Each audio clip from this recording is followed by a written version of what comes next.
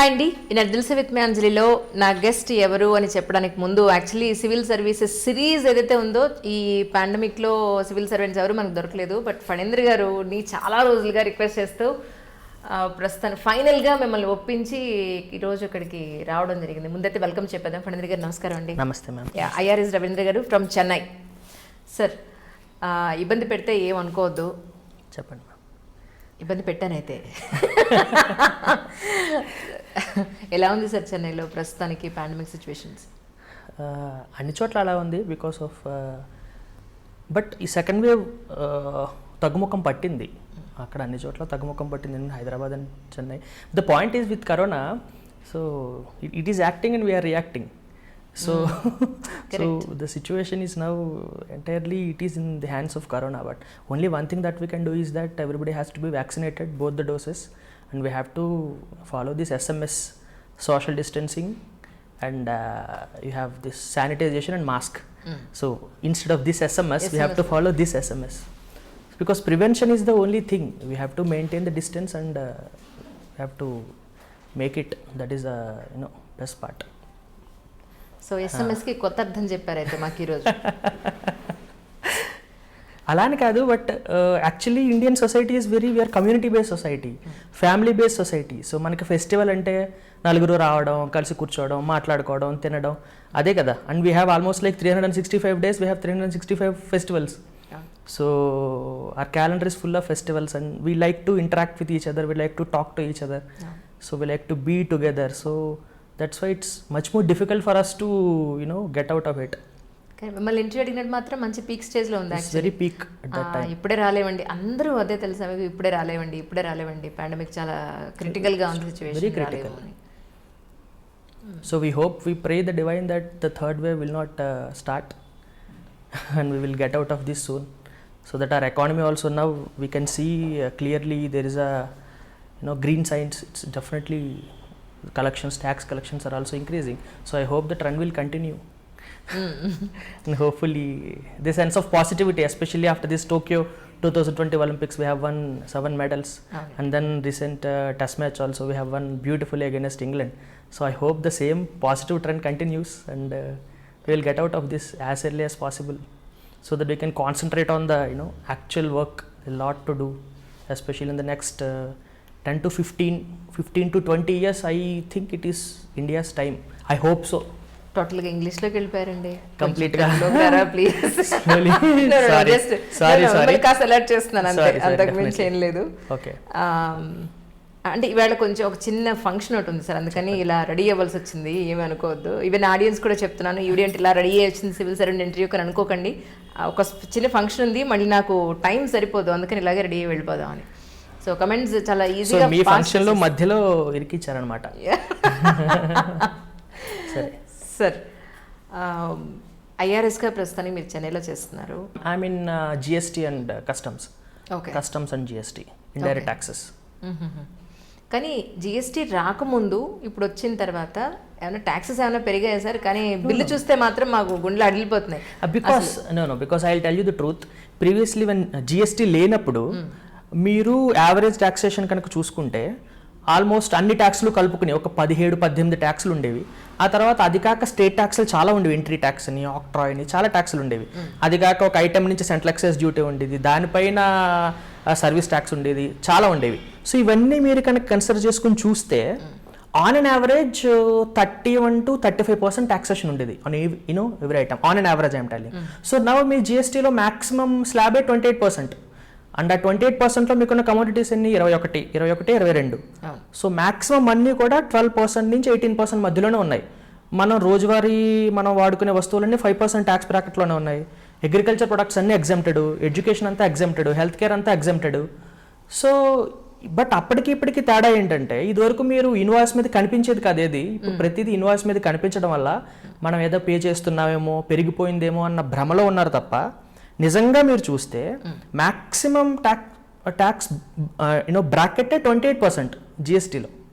ఆ 28%లో 20 కమోడిటీస్ ఉన్నాయి. ఇవన్నీ నార్మల్ ఒక సామాన్యుడికి ఏమాత్రం ఎఫెక్ట్ చేయనటువంటి కమోడిటీస్ ఇవి. లగ్జరీ ఐటమ్స్ కానీ, సిన్ గూడ్స్ కానీ, ఇవన్నీ మనం వాడేది 12% 18% మ్యాక్సిమం. సో అలా మీరు చూస్తే 30% నుంచి 12%కి తగ్గింది యాక్చువల్లీ మీ మీద టాక్సేషన్ భారం. At the same time tax base బాగా పెరిగింది. ఇది వరకు ఒక 60 లక్షలు 65 లక్షలు ఉన్న ట్యాక్స్ బేస్ ఇప్పుడు ఆల్మోస్ట్ లైక్ 1.5 crores అయిపోయింది ఓన్లీ సెంట్రల్ ట్యాక్స్ పేయర్ బేసే మీరు చూసుకుంటే. సో అందువల్ల మీకు రాబస్ట్ ట్యాక్స్ కలెక్షన్స్ ఉన్నాయి. At the same time average taxation కూడా తగ్గింది యాక్చువల్లీ జిఎస్టీలో. సో ఇది మీ మీడియా కూడా ఒకసారి ప్రజలందరికీ అవేర్నెస్ క్రియేట్ చేస్తే, బికాజ్ ఇది ట్యాక్స్ పెరిగింది అన్నది నిజం కాదు. అండ్ ఇండియా లాంటి ఒక కాంప్లెక్స్ కంట్రీలో మనం ఒక 100 కిలోమీటర్లు ఎటు ట్రావెల్ చేసినా మనం ఉన్న ప్లేస్ నుంచి అన్నీ మారిపోతాయి. మన భాష మారిపోతుంది, హావభావాలు మారిపోతాయి, మన ఫుడ్ హ్యాబిట్స్ మారిపోతాయి, యూనో అన్నీ మారిపోతాయి కదా.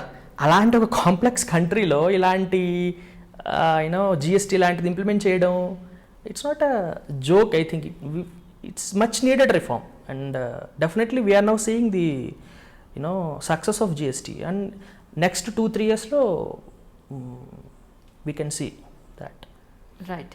మీది అంటే ప్రజెంట్ చెన్నై పరిస్థితుల గురించి తెలుసుకుందాం. అంటే పరిస్థితులు ఇన్ ద సెన్స్ మీ జాబ్ పాయింట్ ఆఫ్ వ్యూలోంచి ప్రస్తుతానికైతే ఫస్ట్ మీ పర్సనల్ దాంట్లోకి అడుగుదాం అనుకుంటున్నాను నేను. ఏంటంటే ఎక్కడ మీరు కోచింగ్ అంతా ఎక్కడ తీసుకున్నారు?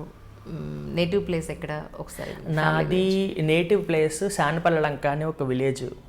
శానపల్లి లంక అనే గ్రామం, అది అమలాపురానికి దగ్గర ఒక 10 kilometers. అమలాపురం తెలుసు కదా, ఈస్ట్ గోదావరి డిస్ట్రిక్ట్. ఆంటే అమలాపురం సాంగ్ ఉంది కదా, బికాజ్ నేను ఎవరికైనా ఏ ఊరు అంటే ఆంటే అమలాపురం చెప్పినట్టు అందరూ ఈ సాంగ్ చాలా ఫేమస్ ఈవెన్ చెన్నైలో, ఆల్ ఓవర్ ఇండియా. సో ఆ శానపల్లి లంక అనే గ్రామం 10th class వరకు తెలుగు మీడియం, పక్కా Telugu medium, there is no doubt. So 10th classలో తర్వాత నేను ఫస్ట్ సిటీకి వచ్చింది అమలాపురంలో ఇంటర్మీడియట్ చదవడానికి. 10th classలో అండ్ రైట్ ఫ్రమ్ స్టార్ట్ నేను మంచి స్టూడెంట్ని, సో అబవ్ యావరేజ్ స్టూడెంట్ని. సో 10thలో దానికి కారణం ఏంటి, మనకేం రాదుగా. ఇప్పుడు ఒక టెండూల్కర్లో క్రికెట్ ఆడలేం, ఏదో అప్పుడు మాకు పుల్లెలు గోపీచంద్రలా బ్యాడ్మింటన్ రాదు, మనకి విశ్వనాథన్ ఆనందలో చెస్ రాదు, మనకు వచ్చింది చదువుకోవడం. సో వచ్చిన దాన్ని బెటర్గా మనకి ఏదైతే వచ్చో ఆ వచ్చిన దాన్ని బెటర్ చేసుకోవడం అన్న పాయింట్లో. ఓకే. సో అలా 10thలో నాకు అప్పుడు 540 వచ్చాయి 2002లో. సో నేను అప్పుడు మా మండల్ టాపర్, ఐనవెల్లి మండలం మాది. ఓకే. ఆ తర్వాత దాన్ని బట్టి మాకు ఈ విద్యానిధి జూనియర్ కాలేజ్ అని అమలాపురం, అక్కడి నుంచి ఒక 15 kilometers. అక్కడికి డైలీ బస్ పాస్ తీసుకుని శానపల్లంక నుంచి ముక్తేశ్వరం వచ్చి అక్కడ సైకిల్ పెట్టుకుని అక్కడి నుంచి డైలీ అప్ అండ్ డౌన్ చేసేవాడిని. అలా విద్యానిధి జూనియర్ కాలేజ్లో ఇంటర్మీడియట్ కంప్లీట్ అయింది.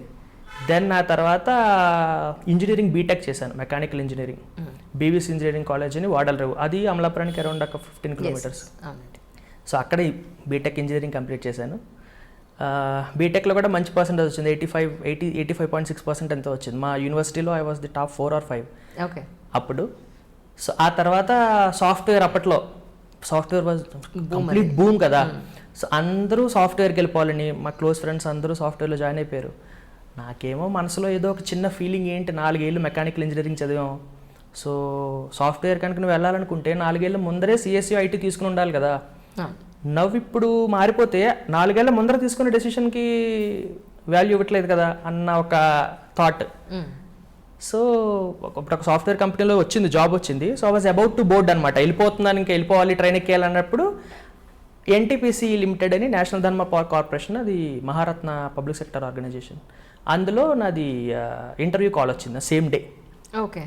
సో ఇంక ఇది ఆపేసి ఇంటర్వ్యూకి వెళ్ళాను, ఇంటర్వ్యూ అయిపోయింది. ఆ తర్వాత వెంటనే BHEL ఉంది కదా, భారత్ హెవీ ఎలక్ట్రికల్స్ లిమిటెడ్, BHELలో వచ్చింది. ఆ నెక్స్ట్ రిలయన్స్ ఇండస్ట్రీస్లో వచ్చింది. సో ఒక సాఫ్ట్వేర్ వదిలేసుకున్నందుకు నా ఆల్మోస్ట్ బీటెక్ మేలో కంప్లీట్ అయితే అక్టోబర్ వరకు నా దగ్గర 3 jobs ఉన్నాయి, all public sectors and 1 Reliance. Right. So ఎన్టీపీసీలో జాయిన్ అయ్యాను, విశాఖపట్నంలో చేశాను. విశాఖపట్నంలో Simhadri super thermal power station ఉంది, అక్కడ వచ్చింది పోస్టింగ్ 1 year ట్రైనింగ్ తర్వాత. సో అక్కడ చేశాను. అది ఆ తర్వాత నుంచి సివిల్ సర్వీస్ ప్రస్థానం. కాదు, జాబ్ చేశారు మీరు ఎన్టీపీసీలో, చేశాను. మంచి శాలరీ వచ్చేది, కూల్గా వెళ్ళిపోయేది, సూపర్ శాలరీ, చాలా బాగుండేది. సో మళ్ళీ ఈ సివిల్స్ వైపు ఎవరు విత్తనం వేశారు మీకు అసలు? విత్తనం ఏమో తెలియదు, ఆ విత్తనం అనేది అది నేను ఇతమిద్దంగా కరెక్ట్గా చెప్పలేను కానీ, బట్ చిన్నప్పటి నుంచి చదువు అంటే పిచ్చి నాకు. ఏదైనా చదువుకోవాలి అంటే బుక్ కనిపితే చదివేయడం. ఏదో మీరు ఒక షాప్కి వెళ్ళారు, వాళ్ళు ఏదో పొట్లం కట్టిస్తాడు, ఆ పేపర్ మీద ఏముందో చదవడం. సో చదువు అనేది అలా చిన్నప్పటి నుంచి ఇష్టం, ఓకే, ఏదో ఒకటి చదువుతూ ఉండడం. సో ఇప్పుడు you name a book I would have read it. So ఇదే కాదు, మీకు తెలుగు ఇప్పుడు రంగనాయకమ్మ రామాయణ విషవృక్షం దగ్గర నుంచి మీరు శ్రీరమణ గారి దేవరకొండ బాలగంగాధర తిలక్ గారిది అమృతకురు సంరాత్రి, మన సత్య శంకర్ మంచి అమరావతి కథలు, మా వంశీ గారి పసలపూడి కథలు, మీరు ఇంకా రామాయణం మహాభారతం అన్నీ. సో ఆ చదువు చదువు చదువు చదువు అది అలా అలవాటైంది. అది నాకు తర్వాత సివిల్ సర్వీస్ ప్రిపరేషన్లో నాకు చాలా హెల్ప్ అయింది బేసిక్గా. అందుకే నేను ఈ బేస్ చెప్తున్నాను అనమాట. థాట్ ఎలా వచ్చింది? థాట్ అదే చెప్తున్నా. సో ఎన్టీపీసీలో వర్క్ చేస్తున్నాను, అన్నీ బాగున్నాయి, మంచి శాలరీ, మంచి ఫ్యామిలీ, అంతా బాగుంది. 2-3 years అయ్యేసరికి ఏదో ఒక విధమైన ఒక చిన్న డిస్సాటిస్ఫాక్షన్. అది ఎందుకు ఏమో, మనం ఏదో ఒక చిన్న ఒక అసంతృప్తి అనమాట. అది ఎందుకు, జాబ్ మొనటానస్గా అనిపించడం, మనకి అంత క్రియేటివ్ ఇదిగా ఉండకపోవడం. ఇప్పుడు మనం ఏదో క్రియేటివ్ చేసేస్తున్నాం కాదు అప్పుడు ఆ పాయింట్ ఆఫ్ వ్యూలో. సో అప్పుడు సరదాగా ఏం చేద్దామని చూస్తే, బికాస్ నేను ఎప్పుడు లైఫ్లో ఒక టార్గెట్ గోలు ఈ పాయింట్ కంటే I always followed a single principle, that is ఇప్పుడు మీరు ఒక డెసిషన్ తీసుకుని ఎదరికి వెళ్ళిపోతారు. ఎదరికి వెళ్ళిపోయిన తర్వాత ఒక పర్టికులర్ పాయింట్కి వెళ్ళిన తర్వాత ఆగుతుంది. అప్పుడు ఒకసారి నిలబడి ఇప్పుడు నా దగ్గర ఏం ఆప్షన్స్ ఉన్నాయి, 3, 4, 5, 6 ఈ చూసుకున్న ఆప్షన్స్లో what is the best possible course of action అని అనుకోవడం, ఎదరికి వెళ్ళిపోవడం. I believe in this principle. So ఆ పర్టికులర్ పాయింట్ అండ్ టైంలో నాకున్న బెస్ట్ పాసిబుల్ ఇది బోర్డమ్ నుంచి వెళ్ళాలి, చదువుకోవాలి, ఏదో ఒకటి చేయాలి. ఇంజనీరింగ్ సర్వీసెస్, సివిల్ సర్వీసెస్ 2 ఉన్నాయి. సో ఇంజనీరింగ్ సర్వీసెస్ రాద్దామని చెప్పి ఇంజనీరింగ్ సర్వీసెస్ రాసా 1 సంవత్సరం. ఓకే, యా, మెకానికల్ ఇంజనీరింగ్ కాబట్టి, బికాస్ మాకు మంచి పర్సంటేజ్ ఉంది, మెకానికల్ అన్నీ ఉన్నాయని చెప్పి. అప్పుడు అసలు ఎగ్జామ్లో కూర్చుంటే నాకేం గుర్తు రావట్లా. అయ్యో. సో అప్పుడు అనిపించింది, సో మెకానికల్ ఇంజనీరింగ్ నాలో డై అయిపోయాడేమో, ఇంకా ఆ ప్యాషన్ లేదు అని. నెక్స్ట్ సివిల్ సర్వీసెస్ అయితే చాలా ఇంట్రెస్టింగ్ అనిపించింది. బెస్ట్ బికాస్ ఆఫ్ ఈ వైడ్ వెరైటీ ఆఫ్ సబ్జెక్ట్స్. మీకు ఐ థింక్ సివిల్ సర్వీస్ ఒకవేళ మనకు వచ్చినా రాకపోయినా కూడా every citizen has to prepare for civil services. Because ఒక ఇండియా గురించి ఒక సమగ్రమైన పిక్చర్ వస్తుంది మనకి. వరల్డ్ గురించి పాలిటిక్స్ తెలుస్తుంది, వరల్డ్ హిస్టరీ ఎలా ఉంటుందో తెలుస్తుంది, ఇండియన్ హిస్టరీ ఏంటి, అసలు మన కల్చర్ ఏంటి, అండ్ దెన్ మన ఎకానమీ ఏంటి, అసలు ఏ ప్రిన్సిపల్ బేస్డ్ ఎకానమీ వెళ్తుంది. సో ఇవన్నీ చాలా ఇంట్రెస్టింగ్ అనిపించి చదవడం మొదలుపెట్టా. సో ఫస్ట్ రాస్తే ప్రిలిమ్స్ అవ్వలేదు ఫస్ట్ అటెంప్ట్లో. ఓన్గానే ప్రిపేర్ అయ్యారా? ఓన్గా ప్రిపేర్ అయ్యాను. ఓకే. సో ప్రిలిమ్స్ అవ్వాలా. ప్రిలిమ్స్ అవ్వకపోతే బికాస్ ఓన్గా ప్రిపేర్ అవ్వకుండా ఉండడానికి చాయిస్ లేదు నాకు. నేను ఎక్కడికి వెళ్ళి కోచింగ్ తీసుకోవడానికి లేదు, బికాస్ నేను ఆల్రెడీ జాబ్ చేస్తున్నాను. ప్లస్ ఎన్టీపీసీలో రిజైన్ చేసి వెళ్ళడం అనేది అది I didn't like it. Because నా పాయింట్ ఎన్టీపీసీ నాకు ఇష్టం లేక కాదు కదా నేను సివిల్స్ ప్రిపేర్ అవుతుంటా. So that was a question. So ఇది ఇష్టం లేక నువ్వు అక్కడికి వెళ్తున్నావా, లేదా ఇది ఇలా ఉంచి దాని మీద ఎక్కువ ఇష్టంతో వెళ్తున్నావు అంటే నాకు ఓటు అడ్డుపడింది. సో ఎన్టీపీసీలో రిజైన్ చేయాల్సిన అవసరం లేదు. Very good, so extraordinary company, Maharatna company. So super salary, all kinds of facilities and all. So resign చేయడం ఇష్టం లేక ప్రిపేర్ అయ్యాను. సివిల్ సర్వీసెస్ అవ్వలేదు. ఎప్పుడైతే ప్రిలిమ్స్ అవ్వలేదో గవర్నమెంట్ కంపెనీస్లో ఎట్లా ఉంటుందంటే అందరికీ నోటెడ్ అయిపోతారు, మీరు వీడు వెళ్ళిపోతాడు, ప్రిపేర్ అయిపోతున్నాడు, వెళ్ళిపోతాడు అని. సో నాకు ఫస్ట్ ఇంజనీరింగ్ అయిన వెంటనే సో యంగ్, ఆ టైంలోనే నాకు ఎన్టీపీసీలో జాబ్ వచ్చేసింది. ఏమైంది, నాకు ఒక రావాల్సిన ప్రమోషన్ డ్రాప్ అయింది ఎన్టీపీసీలో. నేను నార్మల్గా సరదాగా ప్రిపేర్ అయిన civils, I was not so serious. అప్పుడు నాకు పట్టుదల వచ్చింది. సో ఏంటి ఏమీ లేదు, నేను సరదాగా చేస్తున్నాను, నేను నా జాబ్ నేనేమి అన్యాయం చేయటం లేదు. సో వాళ్ళు రివార్డ్ ఇవ్వడానికి పోయి డ్రాప్ అవ్వడం ఏంటి, బికాస్ నేను నా పని చేస్తూ నేను లైక్ అన్ని ఎన్టీపీసీలో నైట్ షిఫ్ట్స్ ఉండేవి. Every week 2 days night shifts, because I was in operation and మెయింటెనెన్స్లో. ఆపరేషన్లో 2 days night shifts. So 2 morning 2 afternoon 2 night shifts, next 2 days మళ్ళీ. సో అంత టఫ్ టైంలో ప్రిపేర్ అయ్యా ఫస్ట్ అటెంప్ట్. దెన్ పట్టుదల వచ్చి సో ఇంక దీన్ని మనం సీరియస్గా తీసుకోవాలి అని చెప్పి సెకండ్, ఆ తర్వాత 3 attempts I went for interview.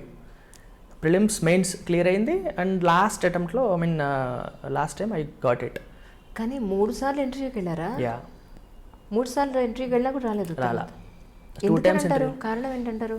అది ఇంటర్వ్యూలో మంచి మార్క్స్ వచ్చాయి నాకు, అది ఇంటర్వ్యూతో ప్రాబ్లం కాదు.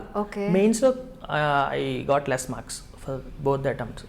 But prelims clear in 2 times, మెయిన్స్లో తక్కువ మార్కులు వచ్చాయి, ఇంటర్వ్యూలో రాలా. ఇంటర్వ్యూలో మంచి మార్క్స్ వచ్చాయి 2 timesలో. I got more than 150. More than 150 is not a bad kind of thing.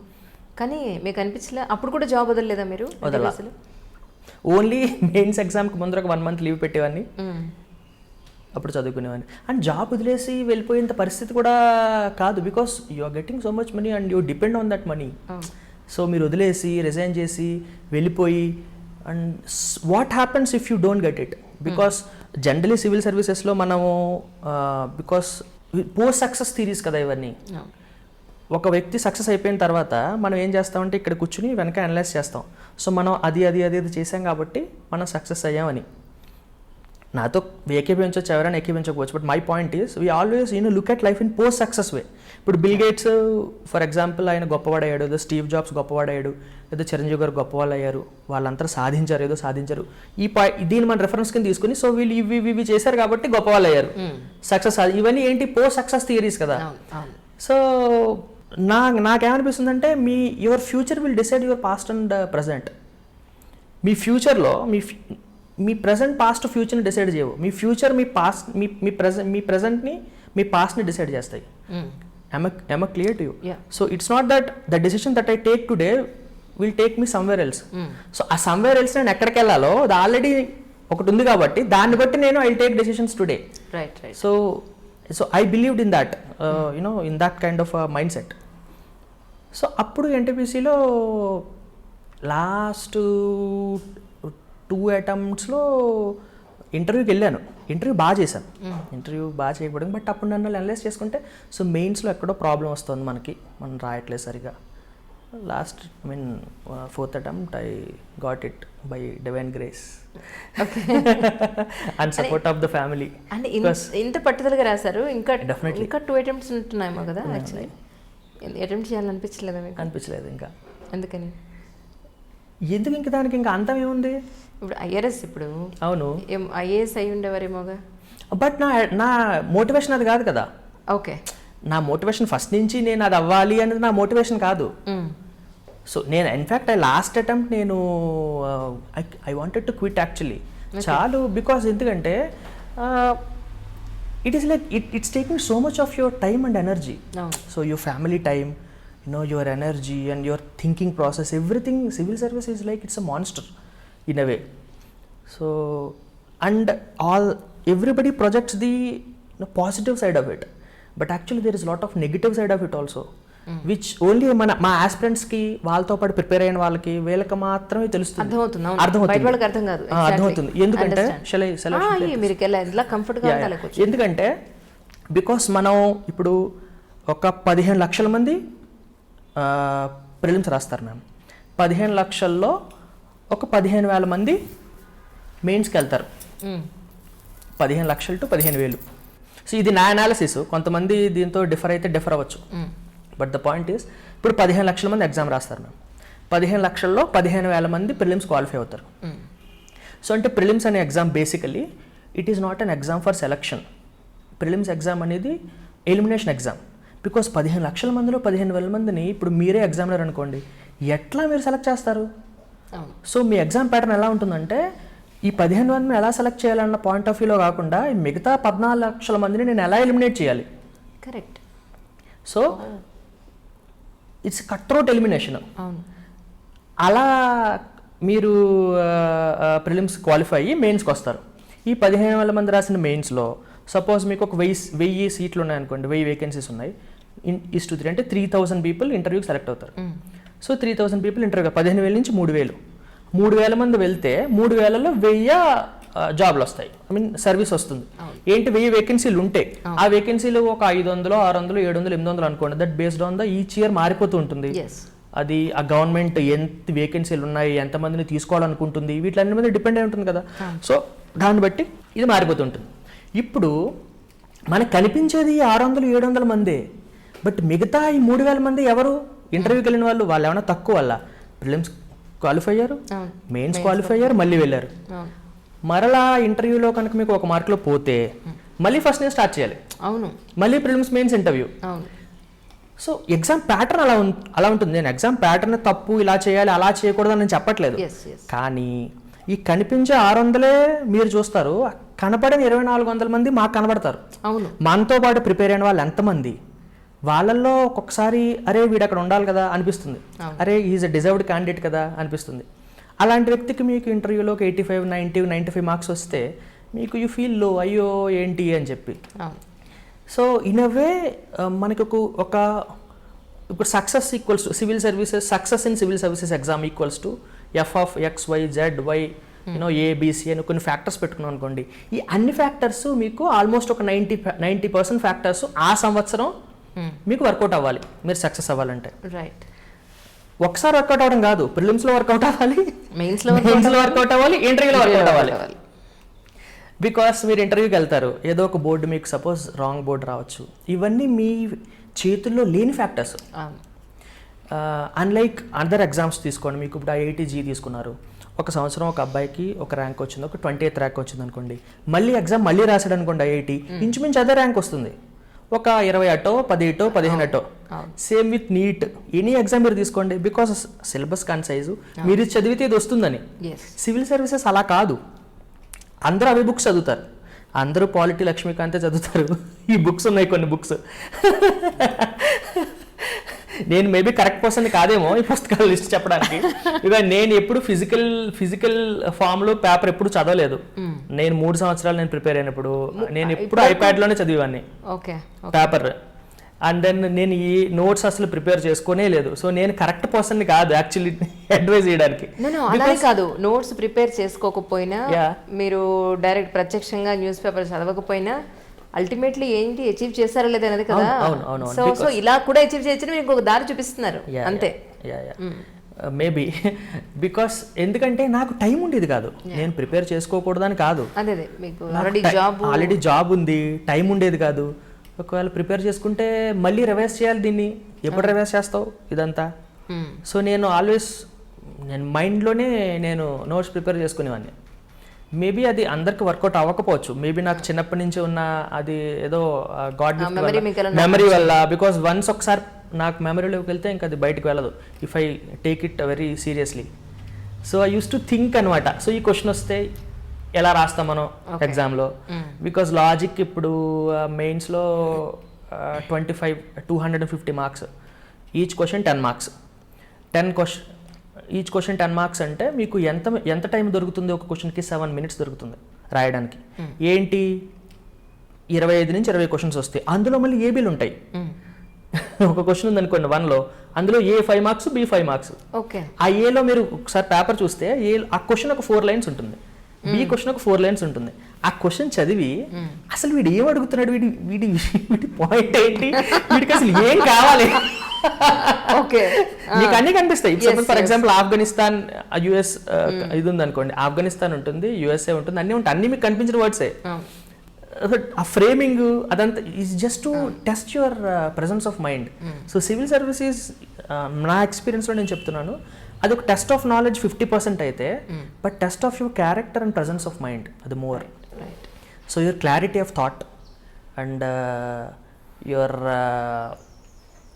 Power of expression and range of application, ఈ 3 మేజర్ రోల్ ప్లే చేస్తాయి నా అనుభవంలో నేను చెప్తుంది. Clarity of thought, power of expression and range of application. So మనం ఒకటి రాస్తున్నప్పుడు ఇది ఎంత వైడ్ అప్లికేషన్ మనం దీన్ని తీసుకురావచ్చు, ఇందులో ఎన్ని రకాల యాంగిల్స్ ఉన్నాయి.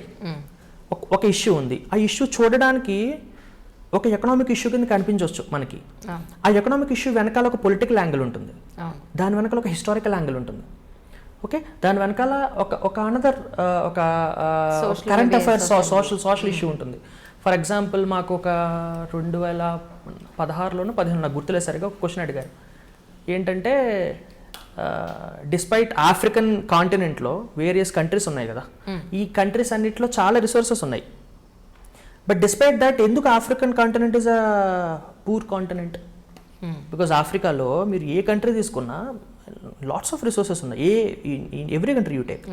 సో బట్ ఎందుకు అది పూర్ కాంటినెంట్ అయింది అని. సో ఈ క్వశ్చన్ మీరు చూస్తే ఎకనామిక్ క్వశ్చన్ ఇది, ఎందుకు ఒక కంట్రీ పూర్ అవడానికి కారణమైన ఎకనామిక్ పరిస్థితులు ఏంటి. బట్ ఇది కాదు, వాడి వెనకాల అసలు ఆఫ్రికాలో ఆ కాంటినెంట్లో ఉన్న కంట్రీస్ని పరిపాలించింది ఎవరో, వాళ్ళు పరిపాలించిన మోటివేషన్స్ ఏంటి, ఆ తర్వాత వాళ్ళు ఎలా లూట్ చేశారు దానికి హిస్టారికల్ కనెక్షన్స్ ఏంటి, ఎందుకు వేరే అదర్ కంట్రీస్లో ఇండిపెండెన్స్ డే వచ్చినప్పుడు ఇండిపెండెన్స్ ఇచ్చేసి వెళ్ళిపోతున్నప్పుడు ఆఫ్రికన్ కాంటినెంట్స్లో ఎందుకు రాలేదు, ఎందుకు లేట్గా వచ్చాయి, ఆ తర్వాత వచ్చినటువంటి లీడర్షిప్ ఏంటి, ఎందుకు డిక్టేటర్షిప్స్ వచ్చాయి అక్కడ. సో ఇదంతా మీరు రాయాలి. ఇది మీరు ఎక్కడ చదువుతారు, ఏ మెటీరియల్లో దొరుకుతుంది? మంచి కోచింగ్ సెంటర్కి వెళ్ళగలిగి, వాళ్ళు చెప్పగలిగి, వీళ్ళు అర్థం చేసుకోగలిగి, అంత అమౌంట్ అఫోర్డ్ చేయగలిగి గుడ్. బట్ నాకు ఆ చాయిస్ లేదు. సో నేనేం చేసేవానంటే పరమహంస యోగానంద చెప్పిన ప్రిన్సిపల్ ఫాలో అయ్యేవాడిని. ఏంటంటే మీరు ఏదైనా ఒక విషయం 1 గంట చదివితే దాని గురించి 3 గంటలు ఆలోచించండి అని. ఓకే. సో బికాస్ మనం ఏం చేస్తూ ఉంటాం, చదువుతూనే ఉంటాం, ఏం చదివామో తెలియదు, దానికి ఫైనల్ జిస్ట్ ఏంటో మనకు అర్థం కాదు. ఆ చదివిన దానివల్ల నాకు నా లైఫ్కి వచ్చిన వాల్యూ అడిషన్ ఏంటో తెలియదు. సో అలా నేను ఒకటి చదివితే దాని గురించి దీని మీద ఏ క్వశ్చన్స్ రావచ్చు. సో ఈ క్వశ్చన్ కనుక వస్తే ఒకవేళ ఎగ్జామ్లో 7 minutes, సో మ్యాక్సిమం 10 మార్కర్కి 10 points రాయాలి, 15 points రాయాలి. సో ఎన్ని యాంగిల్స్ నేను కవర్ చేయగలను, పొలిటికల్గా కానీ ఎకనామికల్గా, అలా ఆలోచించుకుంటూ నా మైండ్లో ఆన్సర్స్ ఫ్రేమ్ చేసుకుంటూ అలా అలా సాగింది ప్రిపరేషన్. సో అయితే మీ ప్రిపరేషన్ మొత్తం మీ ఓన్గానే చేసుకున్నారు? బట్ ఆంథ్రోపాలజీ ఆప్షనల్కి లాస్ట్ ఇయర్ ఆన్లైన్ కోచింగ్ తీసుకున్నాను. కోచింగ్ సెంటర్ పేరు చెప్పను, ఆన్లైన్ కోచింగ్ తీసుకున్నాను ఆంథ్రోపాలజీ ఆప్షనల్కి. అంటే యూజ్ అయిందా మీకు? యూజ్ అయింది, డెఫినెట్గా యూజ్ అయింది. అది కూడా ఆన్లైన్ కోచింగ్ తీసుకున్నాను. రైట్. సో అందుకని సో మీరు మిగతా 2 అటెంప్ట్స్ కూడా ఎందుకు ఇవ్వలేదు దానికి నాకు ఆన్సర్ వచ్చేసిందా? అబ్సల్యూట్లీ వచ్చింది. ఇవ్వకూడదని కాదు, ఇవ్వచ్చు. But I'm happy with the service because నేను ఐపీఎస్ ఎప్పుడు నా ఇది కాదు, ఎందుకంటే నేను దానికి సూట్ అవ్వనని నాకు తెలుసు. So it requires a complete different attitude, different mind set, అది ఉండాలి. సో ఫారెన్ సర్వీస్ ఎప్పుడు వెళ్ళాలని నేను ఎప్పుడు అనుకోలేదు, అమ్మా నాన్నని వదిలేసి వెళ్ళకూడదు. అందుకే ఈ ఎగ్జామ్ జిమాట్ ఇవన్నీ కూడా ఏమీ రాయలేదు. దానికి కారణం, ముఖ్యమైన కారణం నువ్వు నాకు నచ్చావు సినిమా. ఇది క్లియర్గా చెప్పాలి డెఫినెట్గా.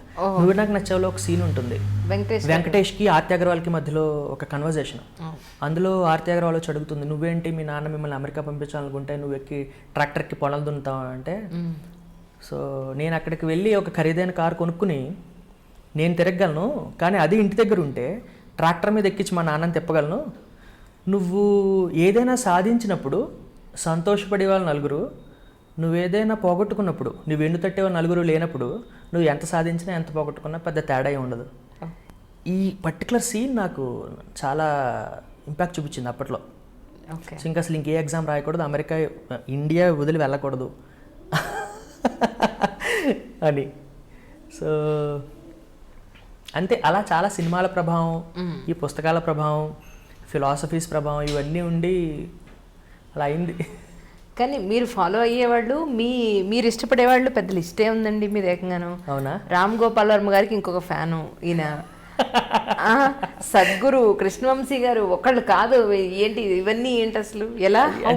అది యాక్చువల్లీ మేము అనుకుంటా ఉంటాం మా స్కూల్ అని, ఇది ఒక particular school. Okay. Ram Gopal Varma గారిలో మీరు ఇన్స్పైర్ అయిన విషయం ఏమిటి ఇంతకీ?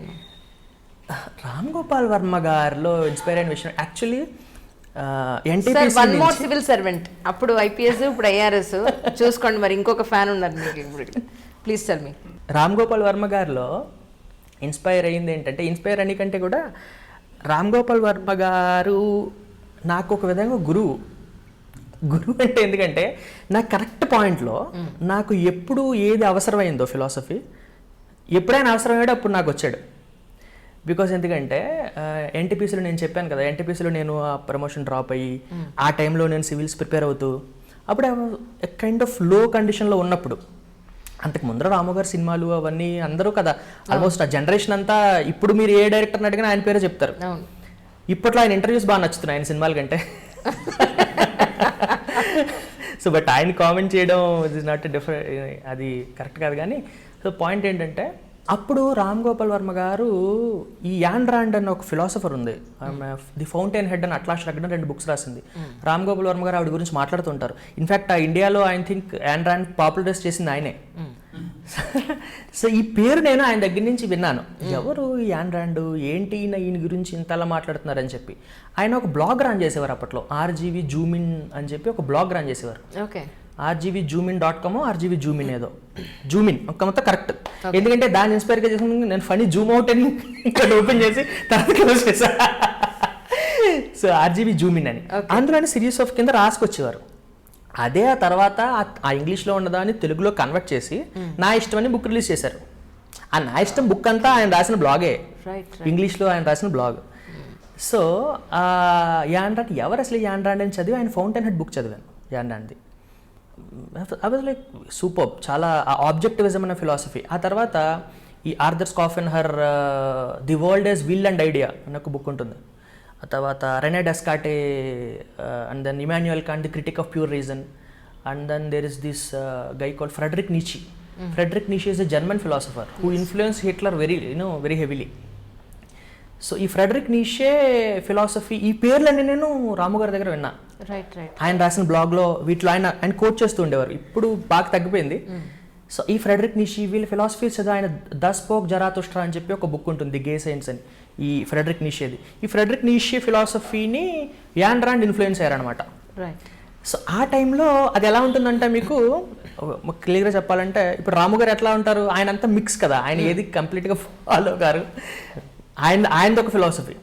సో ఈ యాన్ రాండ్ ఫిలాసఫీ ఏంటంటే satisfaction of your ego is the highest form of living and you should live in such a way that nobody should sacrifice, you should not sacrifice yourself for somebody and you should not ask somebody to sacrifice themselves for you. అంటే నువ్వు ఎలా జీవించాలి అంటే నువ్వు ఎవరి కోసమో నీ ఇష్టాలని అయిష్టాలని నిన్ను నువ్వు త్యాగం చేసుకోకూడదు. అట్ ద సేమ్ టైం నువ్వు ఎవరిని కూడా అడగకూడదు వాళ్ళని వాళ్ళు త్యాగం చేసుకోవాలి నీ కోసం అని. సో జనరల్లీ మనం ఫస్ట్ పార్ట్ ఫాలో అవుతాం, సెకండ్ పార్ట్ వదిలేస్తాం. నన్ను నేను సాక్రిఫైస్ చేసుకున్న ఎవరి కోసం, కరెక్టే బాగానే ఉంది, బట్ వాళ్ళని కూడా నువ్వు సాక్రిఫైస్ చేయని అడగకూడదు. ప్లస్ మీరు మీ సాటిస్ఫాక్షన్ ఆఫ్ ఈగో, మీ అహంకారం, అది మాత్రమే హైయెస్ట్ ఫార్మ్ ఆఫ్ ఇదని. సో ఆ ఫౌంటైన్ హెడ్లో ఒక సెంటెన్స్, నేను రాము గారి గురించి ఎందుకు చెప్తున్నానంటే ఈ బుక్ వల్ల అందులో ఒక సెంటెన్స్ ఉంటుంది, ఒక క్యారెక్టర్ ఉంటుంది హోడ్ రార్క్ అని. ఆ క్యారెక్టర్ చెప్తుంది అనమాట వాళ్ళ ప్రిన్సిపల్తో ఏమనంటే, it doesn't matter whether you allow me or not, but do you have the power to stop me అని. నువ్వు నన్ను నేను చేయాలనుకున్నది నువ్వు చేయనిస్తావో చేయనివ్వ అనేది నాకు ఐ డోంట్ కేర్, బట్ నేను చేయాలనుకున్నది నువ్వు ఆపగలవా. అది నేను నా లివింగ్ రూమ్లో ఉండేది ఈ కొటేషన్. ఈ సేమ్ నేను చెప్పాను కదా నా ప్రిపరేషన్ టైము, సో నేను ప్రిపేర్ అవ్వాలనుకున్నాను ఆ తర్వాత. సో అది రాము గారితో journey. So thank you very much sir. So RGV గారు మొత్తానికి సివిల్ సర్వెంట్స్ని ఇలా ఇన్స్పైర్ చేస్తున్నారు అల్టిమేట్లీ. కాదు, ఎవరెవరు ఎక్కడెక్కడ అది రాంగ్ స్టేట్మెంట్. నేను మిమ్మల్ని పారాఫ్రైజ్ చేస్తాను, చెప్పండి.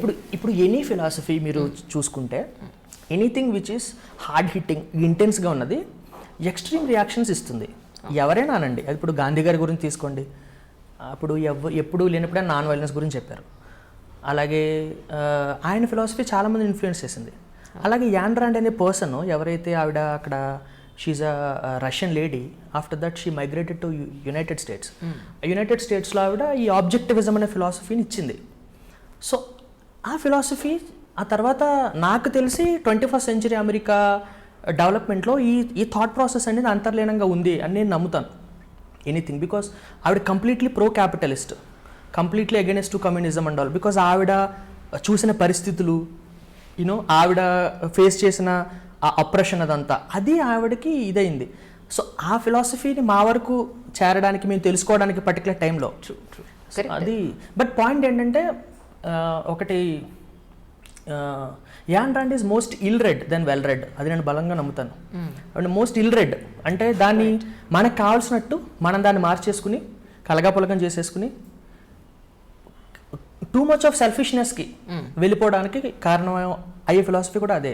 సో సరిగ్గా అర్థం చేసుకోకపోతే, అందుకే unless otherwise a particular amount of stability వస్తేనే కానీ ఇలాంటి బుక్స్ ముట్టుకోకూడదని చెప్పి నేను ప్రగాఢంగా నమ్ముతాను. బికాస్ ఎందుకంటే టు గివ్ దీనికి ముక్తాయింపు ఇవ్వడానికి ఆవిడ ఏదైతే క్యారెక్టరిస్టిక్స్ చెప్తున్నారో, వ్యక్తి ఇలా ఉండాలి, అలా ఉండాలి, ఇలా చేయాలని, అది కృష్ణుడు భగవద్గీతలోనే చెప్పాడు.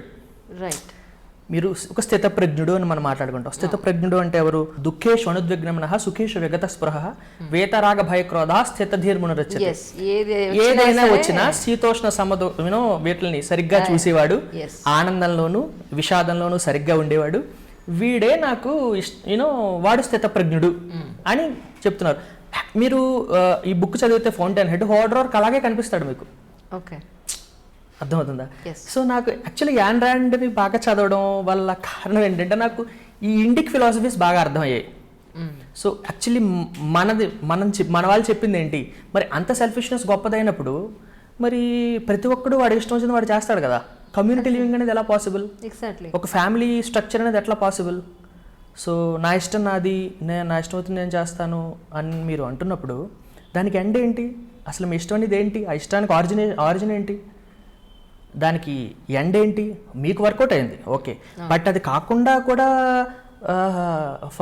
సక్సెస్ సాధించిన వాళ్ళు బోల్డ్ మంది ఉన్నారుగా కదా. So so I think she most ill read then well read. అక్కడ సీతారామ శాస్త్రి గారు బాగా ఆయన పాటలు, ఆయన ఇన్ఫ్లుయెన్స్. మీరు ఈ ముగ్గురు ఇళయరాజా, సీతారామ శాస్త్రి గారు అండ్ రామ్ గోపాల్ వర్మ స్టార్ట్ చేస్తే ఇళయరాజా గారు ఇట్స్ లైక్ ఫ్యామిలీ అంతా ఇంకా ఆయనకి ఫ్యాన్స్, బీభత్సమైన ఫ్యాన్స్, మామూలు ఫ్యాన్స్. ఎంత బీభత్సమైన ఫ్యాన్స్ అంటే చెన్నైలో ఫస్ట్ టైం అడుగు పెట్టినప్పుడు, నేను ఫస్ట్ చెన్నైలో కాలు మోపిన వెంటనే ఆ చెన్నై ఎంత పుణ్యం చేసుకున్నావు నువ్వు, ఇళయరాజా గారు ఉన్నారు ఇక్కడ అనుకున్నా. ఓకే. ఇప్పుడు టీ నగర్లో అలా వెళ్తున్నప్పుడు ఇళయరాజా గారు ఉండేవారు. అంత ఒక విధమైన ఫ్యాసినేషన్. సో ఇప్పుడు కూడా ఎక్కడైనా ఆయన పాట వినిపిస్తుంటే మనకు అనిపిస్తుంటుంది అది మన జీవితంలో భాగం అయిపోయింది. పాటలు పాడేవాళ్ళ? యా, అవునా? ఏదైనా ఒకటి మీకు బాగా నచ్చింది ఇళయరాజా గారిది? ఇళయరాజా గారిది మీరే చెప్పండి. లేదా మీరు ఇష్టం, మీ ఇష్టం, మీకు ఏది కంఫర్టబుల్గా ఉంటే అది. సీతారామ శాస్త్రి ఏది పాట? సీతారామ శాస్త్రి గారిది పాడతాను. ప్లీజ్. ఎప్పుడు ఒప్పుకోవద్దురా ఓటమి. విన్నారా సీతారామ శాస్త్రి గారు? అయ్యో, వెరీ చాలా చాలా నాకు ఇష్టమైన పాట. చాలా ఆయన పాటలన్నీ ఆల్మోస్ట్ ఆయన రాసిన పాటలు 80% లిరిక్స్ వచ్చేసు. చాలా ప్రౌడ్గా, బికాస్ ఆయన ప్రతి సాంగ్, సీతారామ శాస్త్రి గారి సాంగ్ ఎలా ఉంటుందంటే అది దానంతటే దానికి ఒక ఎగ్జిస్టింగ్ ఉంటుంది, దానికి ఒక ఎగ్జిస్టెన్స్ ఉంటుంది. అది మీరు ఆ సినిమాలో చూడొచ్చు, సినిమా కాకుండా చూడొచ్చు. అన్ని పాటల్లోనే ఫిలాసఫీ ఉంటుంది. ప్లస్ ఏ పాట తక్కువ ఉండదు. ఇప్పుడు నేను చాలా గమనించాను, కనీసం ఈ సాంగ్లోనైనా ఆయన ఏదో ఒకటి ఆయన రాంగ్ చేశారు అంటే ఆయన అనుకున్నది ఆయన నమ్మింది చెప్పలేదు ఇందులో, దేనికో దానికి తగ్గారు అలాంటి పాట ఒక్క పాట కూడా ఉండదు. ఓకే. ఇన్ఫ్యాక్ట్ ఆయన ఆ వంశీ గారి సినిమాల్లో చూసిన ఎక్కడ దాక్కున్నా వీళ్ళెక్కుని తెచ్చే చుక్క, ఎప్పుడు చిక్కులు పెట్టక చిక్కు చప్పుటక కదా, ఎక్కువ చిక్కులు పెట్టక చిక్కవే చప్పున చక్కగా టక్కున టక్కర పెట్ట నిన్ను పట్టేదట మచున్న ఆ పాటలో కూడా ఆయన ఎంత సంస్కారం ప్రదర్శిస్తారంటే, ఒక పాట పాడతాను సీతారామ శాస్త్రి గారిది, నాకు చాలా ఇష్టమైన పాట. ఇది చాలా మందికి తెలీదు, ఇవన్నీ తెలిసిన పాటలే. ఆయన వాళ్ళ అబ్బాయి అనుకుంటా ఆయన సంగీతం చేశారు ఈ సాంగ్. అదేంటంటే ఒక అమ్మాయిని వర్ణిస్తూ ఆయన రాశారు. ఇది శ్రీకారం చుడుతున్నట్టు కమ్మని కలను ఆహ్వానిస్తూ నీ కనులేటు చూస్తున్నా ఏ మాకు కూడా చూపించమ్మ, ప్రాకారం కడుతున్నట్టు రాబోయే పండగ చుట్టూ నీ గుప్పిట ఏదో గుట్టు దాక్కుందే బంగారు బొమ్మ, తొంతనన దొంతనన దొంతనన తొంతనన నక్షత్రాలిన్నంటూ లెక్కెడితే ఏమైనట్టు, నీ చూపుకు రెక్కలు కట్టు చుక్కల్లో విహరించేట్టు, ఎక్కడ ఆగెలు పంటూ ఎక్కడ ఆ మెరుపంటూ ఎప్పుడు ఎదురొస్తుందంటూ, చిక్కని చీకటినే తిడుతూ వేకోనే విలువయ్యద్దు కట్టు వెన్నెలతో దారం కట్టు, ఇప్పుడే వచ్చానంటూ తక్షణమే హాజరయ్యేట్టు, అందాక మారమ్మ నీ జోకొట్టవే ఆరాటాన్ని, పొందిగ్గా పడుకోగాని జాగార ఎందుగా, లైక్ దిస్. ఆయన అంటే ఒక అంతలేనమైన ఒక అద్వైత భావం ఉంటుందన్నమాట ప్రతి లేటెస్ట్ సామాజ వర్గం సాంగ్ వరకు. అవును. కానీ అప్పటి వరకు రైటర్స్ అందరూ కూడా అడవి కాచిన వెన్నెల అనేవాళ్ళు, ఈయన మాత్రం అడవిని సైతం వెన్నెల అన్నారు. ఆ పాజిటివిటీ, సంతోషం సగం బలం హాయిగా నవ్వమ్మ అని. దీని వరకు గాలివాలుగా ఓ గులాబీ వాలి, గాయమైనదే నీ గుండెకు తగిలి తప్పించిపోనా ప్రతిక్షణం ఇలాగ నీ కోసం తరించిపోనా చెలి ఇలా దొరికితే నీ స్నేహం. ఆయన ఏం రాసినా అలా ఉంటుంది. కమింగ్ డేస్ లో పాటలు కూడా రాసేస్తారేంటి మీరు కొంపదీసి? ఏంటి పాటలు ఏమైనా రాసేస్తారేమో అనిపిస్తుంది. అనే కొన్ని రచనలు కూడా రాసినట్టున్నారు మీరు, కొన్ని నేను కవితలు రాస్తాను. రాస్తారు. అదే అందుకే నాకు రాస్తాను. ఒకటి తెలుగు వెలుగు దాంట్లో కూడా పబ్లిష్ అయింది, మా అమ్మాయి పుట్టినప్పుడు రాసింది, దానికి నాకు ప్రైజ్ కూడా వచ్చింది. ఓకే, ప్రేమలేఖల పోటీలో. ప్లీజ్ ప్లీజ్ మా కోసం ఏం చెప్పాలి, మీరు అది మీ అమ్మాయి పుట్టినప్పుడు రాస్తారన్నారు కదా, అదేమన్నా అది ఒక లెటర్ లా ఉంటుంది బేసిక్ గా, జస్ట్ ఒక 4 lines అట్లీస్ట్. 4 lines. దాని థీమ్ ఏంటంటే యాక్చువల్లీ ఇప్పుడు జనరల్గా మనం ఏమంటాం, అమ్మకి ఎక్కువ ఇంపార్టెన్స్ ఇస్తాం కదా మన కల్చర్లో. సో అమ్మ నవమాసాలు మోస్తుంది, నొప్పులు పడుతుంది, కంటుంది అని చెప్పి, నాకు మా అమ్మాయి హాస్పిటల్ లేబర్ వార్డ్లో తను ఉన్నప్పుడు సిజేరియన్ చేసేస్తాం వాళ్ళు అన్నప్పుడు నాకేమనిపించిందంటే, సో ఈ 9 నెలలు మోసిన తర్వాత మేబీ ఒక 1 days 2 days నొప్పులు పడతారు, కనేస్తారు. అదే తండ్రికి జీవితాంతం కదా. ఆ తండ్రి నొప్పులు ఎప్పటికి ఆగుతాయి? కూతురు పెరుగుతుంది, పెరిగిన తర్వాత స్కూల్లో జాయిన్ పట్టీలు పెట్టుకుని తిరుగుతుంది, తర్వాత స్కూల్లో జాయిన్ చేస్తాం, తర్వాత వెళ్తుంది, అప్పుడు పెళ్లి చేస్తాం, మరి వెళ్తుంది. ఆ తర్వాత ఈ నొప్పి తండ్రి పడే నొప్పి ఎవరు రికగ్నైజ్ చేయట్లేదు, కానీ అది జీవితాంతం కదా నొప్పి, అది ఆకలి లాంటిది. రైట్. అదే తల్లికి ఇంత ఎక్కువ ఇంపార్టెన్స్ ఇస్తున్నారు నొప్పులు పడుతుంది అని. సో నా తండ్రి పాయింట్ ఆఫ్ వ్యూ నుంచి తల్లిదండ్రులు మాకు ఆప్షన్ లేదు కదా, మాకు ఆప్షన్ లేదు. తండ్రులు ఏంటంటే ఇర్రెస్పాన్సిబుల్ తండ్రులు చాలా మంది ఉన్నారు. సో బాధ్యత తీసుకొని తండ్రులు కూడా ఉన్నారు కాబట్టి అది అందరికీ కనిపించట్లేదు. బట్ తల్లి ప్రత్యక్షం ఇక్కడ. సో తల్లి నమ్మకం అంటారు. తండ్రి నమ్మకం అంటే మీనింగ్ ఏంటి? నేను not to offend anyone, because ఒక కూతురుని కన్నా తండ్రిగా చెప్తున్నాను. సో ఇప్పుడు తల్లికి ఎట్లీస్ట్ నా నుంచి పుట్టింది, సో నేను కన్నాను అని ఒక ఉండడానికి, ప్రేమ ఉండడానికి ఒక లాజిక్ అండ్ రీజన్ ఉంది కదా. తండ్రికి అదేం లేకుండా కూడా అంతే ప్రేమిస్తాడు, అంతకంటే ఎక్కువ ప్రేమిస్తాడు. ట్రూ ట్రూ, అది నిజం, అంతే కదా. మీ ఏంటి సంతోషానికి వీధి గడప, మన విచారానికి పెరటి గడప. తండ్రి విచారాన్ని బయటికి గింటేస్తాడు, సంతోషాన్ని ఇప్పుడు ఆహ్వానిస్తూ ఉంటాడు. సో బ్యాడ్ అన్ని చోట్ల ఉంది. బ్యాడ్ ఫాదర్స్ ఉన్నారు, బ్యాడ్ మదర్స్ ఉన్నారు. బట్ జనరల్గా మీరు చూసినప్పుడు తండ్రి కూడా తల్లితో సమానమైన. అవును అవును. ఏమండి మర్చిపోయాను వ్యూవర్స్ అందరికీ, నీకు పెళ్ళైపోయింది, నాకు పెళ్ళిళ్ళ కోసం ఫోన్లు చేయకండి దయించి.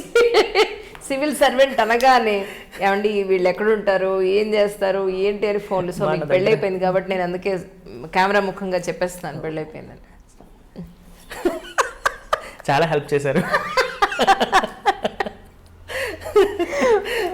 సో అయితే మీరు మ్యాట్రిమోనీ, అయ్యో దేవుడా మీరు కూడా బాగున్నారు అసలు. సివిల్ సర్వీసెస్ రిజల్ట్స్ వచ్చాయంటే చాలు నిజంగా. అసలు సో మెనీ పేరెంట్స్ ఎలా కనుక్కుంటారు, నెంబర్ కనుక్కుని, మీరు వాళ్ళు ఇంటర్వ్యూ చేశారు కదండి, వాళ్ళ నెంబర్ ఇవ్వండి, లేదా మీరు మాట్లాడండి, బాబు నేనేం మాట్లాడాను ఆయన. అవును, మన దగ్గర చాలా ఎక్కువ. మళ్ళీ ఇందులో బోల్డ్ అని కమ్యూనిటీస్, బోల్డ్ అని డిమాండ్స్, బోల్డ్ అని రూల్స్ అండ్ రెగ్యులేషన్స్, ఎందుకు వచ్చిందిరా బాబు అని. సో పోయిటరీ రాస్తారు, పోయిటరీలో మాకు ఏదైనా చిన్న వినిపిస్తున్నారు. ఒకటి చిన్న చెప్తాను. జీవితం, నువ్వు నిలబడు అది పరిగెడుతుంది, నువ్వు పరిగెట్టు అది నిలబడుతుంది. లైఫ్, నువ్వు నిలబడు అది పరిగెడుతుంది, అదే నువ్వు పరిగెట్టు అది నిలబడుతుంది. ఎలా? మీ అంత కవి హృదయం కాదు కదా, అందుకని కాస్త అర్థం చేసుకుంటే ఇప్పుడు అంటే ఇప్పుడు అదే చూడండి. ఇప్పుడు ఒక మొక్క ఉంది, మొక్క వసంతకాలం కోసం వెయిట్ చేస్తూ ఉంటుంది, ఎక్కడికి పరిగెట్టదు, అక్కడే ఉంటుంది. వసంతకాలం ఎప్పుడు వస్తుంది, ఎప్పుడు వచ్చినా అప్పుడే వెయిట్ చేస్తూ ఉంటుంది. సో వెయిట్ చేయడం అనేది మొక్క యొక్క బలహీనత, బలమా? ఆబ్వియస్లీ బలమే కదా. బలమే. సో అదే ఇది మీరు నెగిటివ్గా తీసుకోండి. తన వెళ్ళే సంఖ్యలే కదలలేని మొక్కల ఆమనికే ఎదురు చూస్తూ ఆగిపోకు ఎక్కడ, అవధిలేని అందముంది అవనికి నలుదిక్కుల, ఆనందపు గాలివాటు నడపని నిన్నిలా. అవును, నెగిటివ్గా చూసుకుంటే అలా అలా. సో అందుకే లైఫ్లో కాంట్రడిక్షన్స్ ఉంటాయి. చూడండి, ఆలస్యం అమృతం విషయం అంటారు, అవును, నిదానమే ప్రధానం అంటారు. అవును, మరి ఏది ఫాలో అవ్వాలి? ఎగ్జాక్ట్లీ. సో ఆలస్యం అమృతం విషయం అనుకుని ఆలస్యం చేయాలా, నిదానమే ప్రధానం స్లోగా వెళ్ళాలా? సో పరిగెత్తి పాలు తాగడం కంటే నిలబడి నీళ్ళు తాగడం మంచిది అంటారు. సో సందర్భాన్ని బట్టి దాన్ని బట్టి మనం వెళ్ళాలి అనేది. ఇంకొకటి ఏంటంటే మన కోసం మనం అస్థిరత్వ అంగడిలో ఆదమరచి అడుగేస్తూ సుస్థిరత్వ ఛాయలకై కనుమరల్చి వెతికేస్తూ నిరంతరం నీకోసం నువ్వు మాత్రం బతికేస్తూ తరతరాల సాంప్రదాయ ఛాయలన్నీ వదిలేస్తూ అందరితో ఒక్క క్షణం ఒంటరిగా మరుక్షణం ఏదైనా నీ గమనం ఎటువైపైనా నీ పయనం ఎప్పటికీ మర్చిపోక మనిషితనం. సో నువ్వు ఎలా ఉన్నా, ఏం చేస్తున్నా, ఎలా వెళ్తున్నా, there is a basic thing which is connecting every one of us, that is the feeling of being human. So ఆ మనిషితనం అనేది ఎవరు వదిలేసుకోకుండా ఉంటే ఐ థింక్ మనం మంచి చెడు ఇవి అవసరం లేదు. ఆ పక్క ఉన్న పర్సన్లో ఏదైతే ఉందో నాలో కూడా అదే ఉంది. కరెక్ట్. నేను ఇక్కడ ఉన్నాను, వాడు అక్కడ ఉన్నాడు. ఎందుకున్నానంటే కుర్చీ వల్ల. కుర్చీ నుంచి దిగిపోతే అందరూ ఒకటే. సో ఆ హ్యూమన్ అది ఉంటే అందరికీ మనం మొరాలిటీ ప్రీచ్ చేయాల్సిన అవసరం లేదు, ఎథిక్స్ ప్రీచ్ చేయాల్సిన అవసరం లేదు. మంచిగా ఉండండి, మంచిగా మాట్లాడండి. నాలో ఏదైతే ఉందో అదే మీలోనూ ఉన్నప్పుడు నేను ఎందుకు మిమ్మల్ని తక్కువగా చూడాలి, ఎందుకు మిమ్మల్ని ఎక్కువగా చూడాలి, అంతా ఒకటే. సో ఆ మనిషితనం, ఆ హ్యూమన్ థింగ్ అనేది ఇంపార్టెంట్ అని. మీ అక్కడ మీ జాబ్ని ప్రజెంట్ మీరు చేస్తున్న వర్క్ ఏదైతే ఉందో ఎలా ఉంటుంది, కామన్ మ్యాన్కి అర్థమయ్యేలాగా అంటే ఏం చెప్తారు? బేసికలీ నేను ఇప్పుడు జిఎస్టీలో వర్క్ చేస్తున్నాను ma'am. Goods and services tax, central goods and services tax in Chennai. I'm heading 3 divisions in Chennai. Division is like ఇక్కడ మన డిస్ట్రిక్ట్ ఎట్లా ఉంటుందో అట్లా మనకు కొన్ని డిస్ట్రిక్ట్స్ని కలుపుకొని డివిజన్ అంటాం అనమాట. ఆ డివిజన్లో ఉన్న ట్యాక్స్ పేయర్ బేస్ అంతా ఆ డివిజన్ కిందకు వస్తుంది. సో వాళ్ళు ట్యాక్స్ కలెక్షన్ చూడడం, and then reaching the targets, and then we have enforcement also. ఇప్పుడు ఒకటే ట్యాక్స్, బేసిక్గా ట్యాక్స్ ట్యాక్స్ ఆఫీసర్ యొక్క మెయిన్ వర్క్ ఏంటంటే కడుతున్న వాళ్ళు కరెక్ట్గా కడుతున్నారు లేదా ట్యాక్సెస్ చూడడం, కలెక్ట్ చేయడం, ఎవరైతే ఇవేట్ చేస్తున్నారో వాళ్ళ మీద కనేసి ఉంచడం, ఈ 2. అది కాక ట్రేడ్ని ఎట్లా మనం ఇంకా బెటర్గా దీన్ని ఎట్లా చేయగలం, ఇంకా బెటర్గా వాళ్ళ బిజినెస్ ప్రాస్పెక్ట్స్ని ఎలా ఇంప్రూవ్ చేయగలం. అర్థమవుతుందా? బికాస్ ఇదివరకు ఏంటి, ఇప్పుడు మీరు చూస్తే ఇదివరకు ఒక బిజినెస్ పెట్టాలంటే చాలా టైం పట్టేది.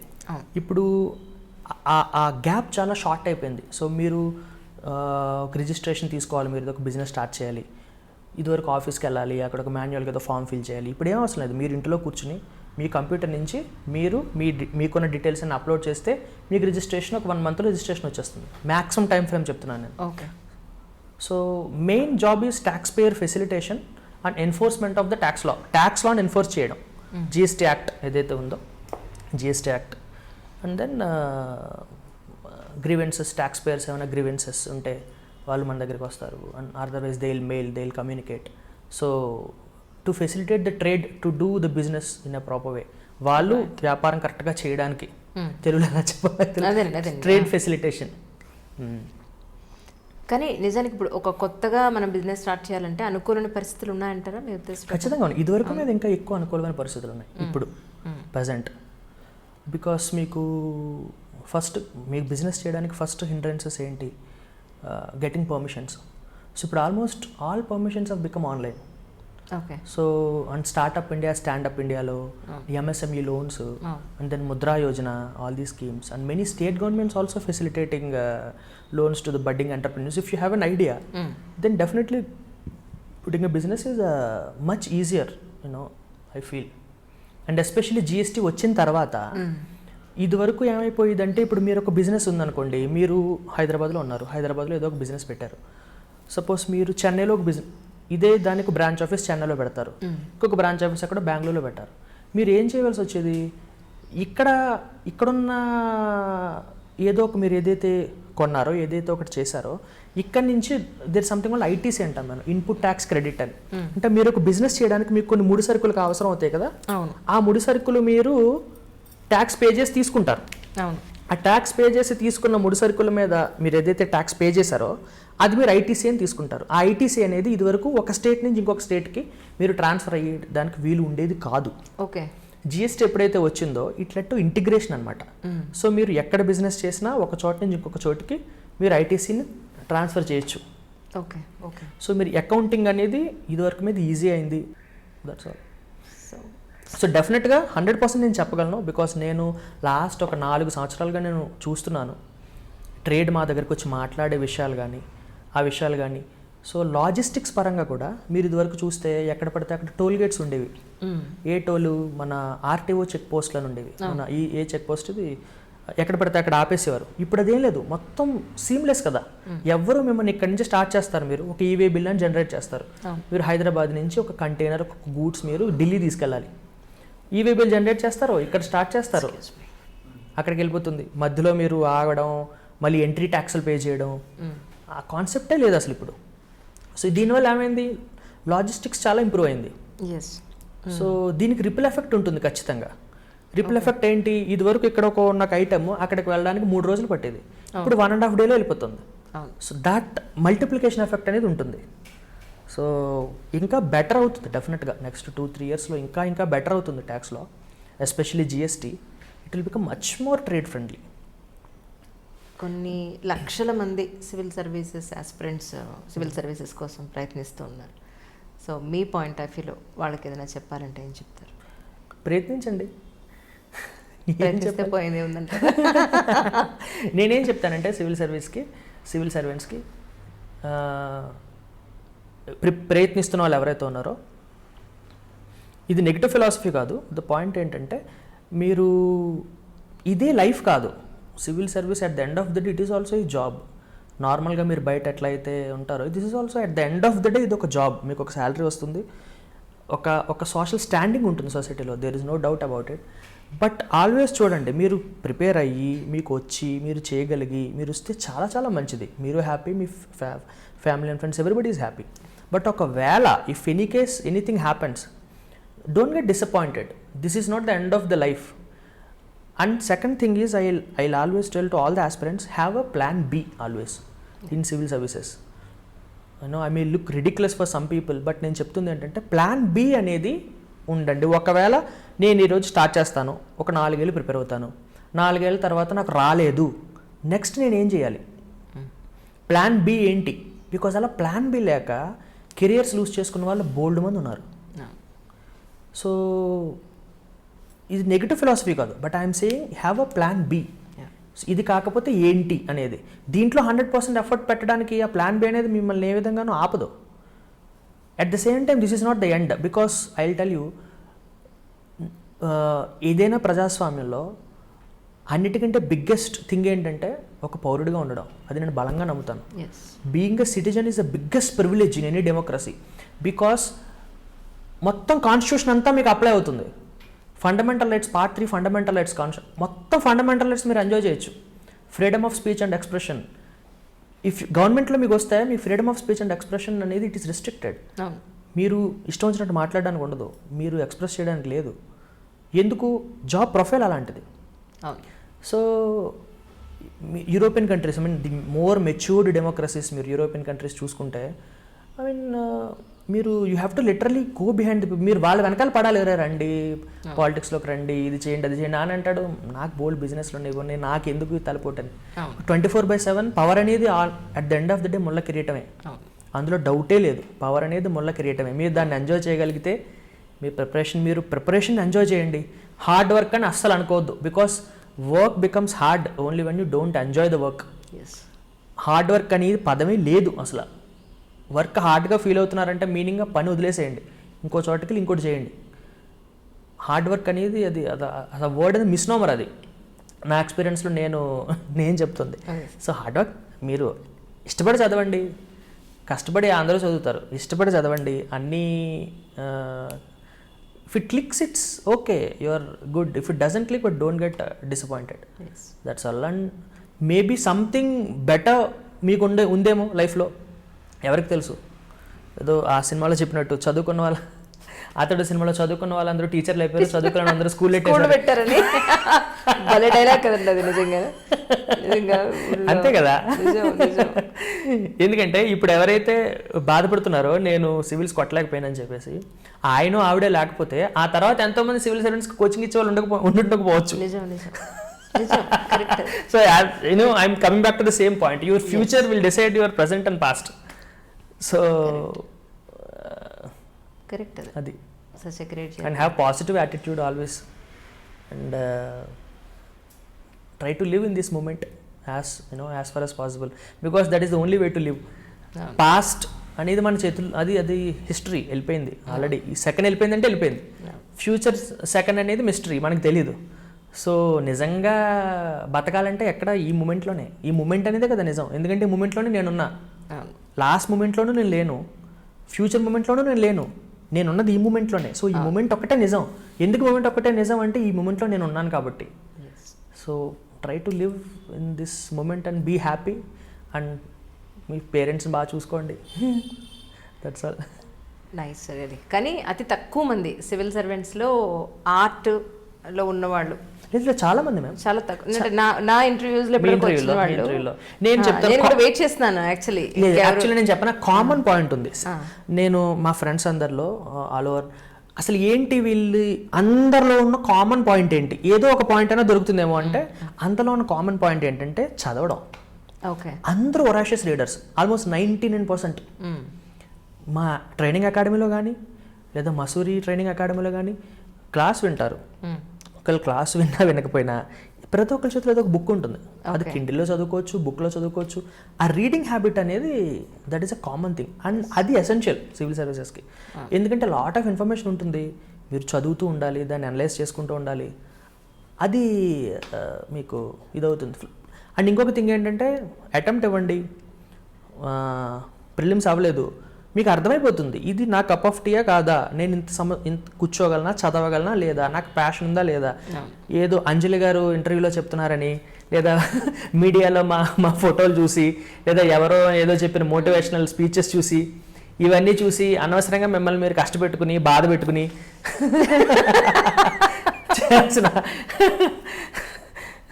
అవసరం లేదు. ఇఫ్ రియల్లీ మీకు ఉంటే సోషల్, ఇది ఒక టాప్ ఇంటర్వ్యూ క్వశ్చన్ ఆల్సో. ఎందుకు మీరు సివిల్ సర్వీస్ అవుతారంటే నేను social service చేయాలందని.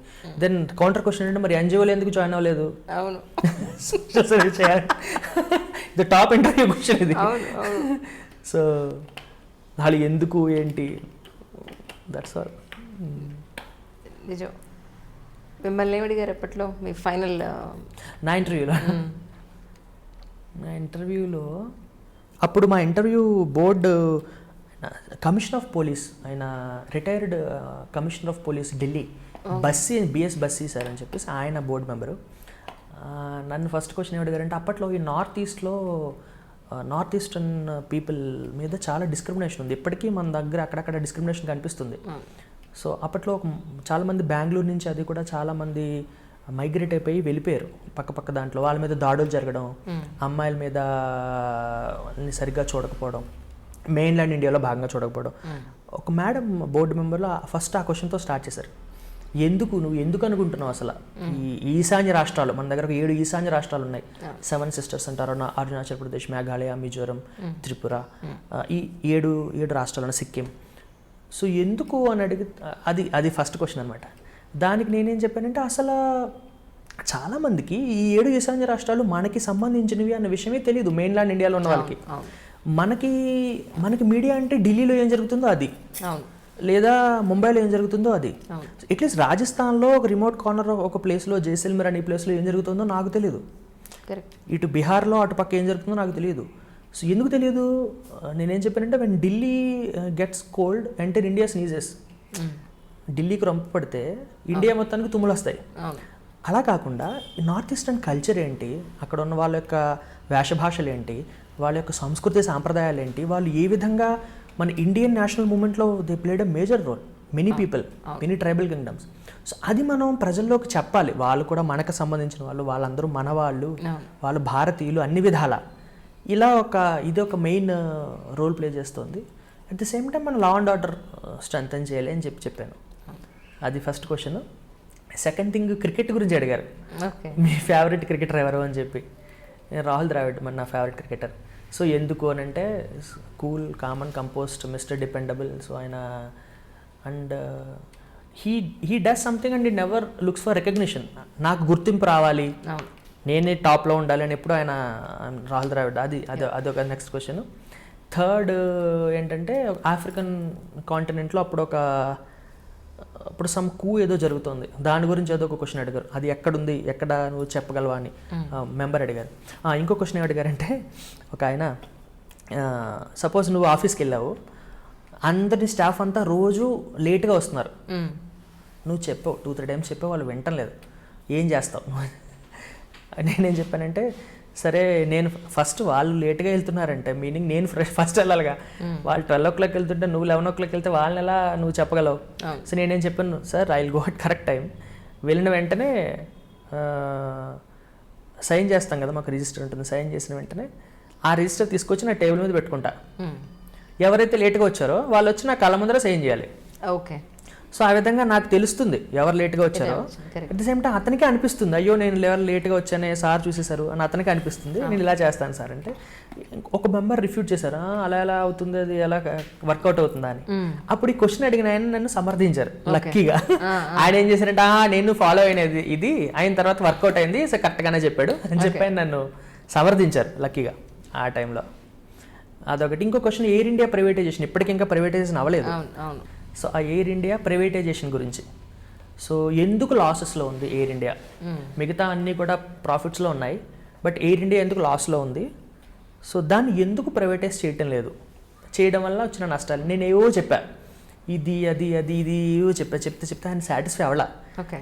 అవ్వకపోతుంటే no you have to tell me the correct thing, you have to tell me the you are not at the point, కరెక్ట్గా చెప్పంటే నేను ఇప్పుడు లేదు, ఎయిర్ ఇండియా అంటే అందులో చాలా కన్సెషన్స్, ఎగ్జంప్షన్స్ ఇవన్నీ అందరికీ ఉంటాయి కదా సార్, మరి దాన్ని ప్రైవేటైజ్ చేసేస్తే మరి ఎలా ఇవన్నీ ఎలా why you are not telling this? అప్పుడు no sir I want to be right, so నాకు తెలియదు కరెక్ట్ కానీ. సో అది. ఇంకొక క్వశ్చన్ ఒకటో రెండో ఏదో అడిగారు, 40 minutes అంతా చేశారు, but it's very good interview. నా 3 interviews అది బాగా జరిగింది, మంచి మార్క్స్ కూడా వచ్చాయి నాకు. 185 ఎంతో వేశారు interview, it's not a bad. 275కి నైస్ ఎక్స్పీరియన్స్, నైస్ జర్నీ అండి.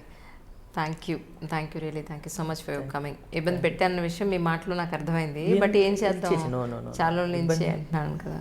No it's my pleasure,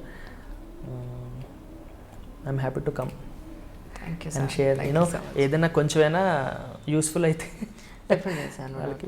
because I always believe people వింటారు, మోటివేషన్ ఉంటుంది, అది ఎంతవరకు ఉంటుందంటే ఒక 5 minutes 10 minutes 15 maximum 1 day, unless otherwise అది మనలో అది లేకపోతే మోటివేషన్ అనేది లాంగ్ లాస్టింగ్ అనేది కష్టం. కానీ ప్రతిరోజు వచ్చి ఎవరిస్తారు మనకు మోటివేషన్?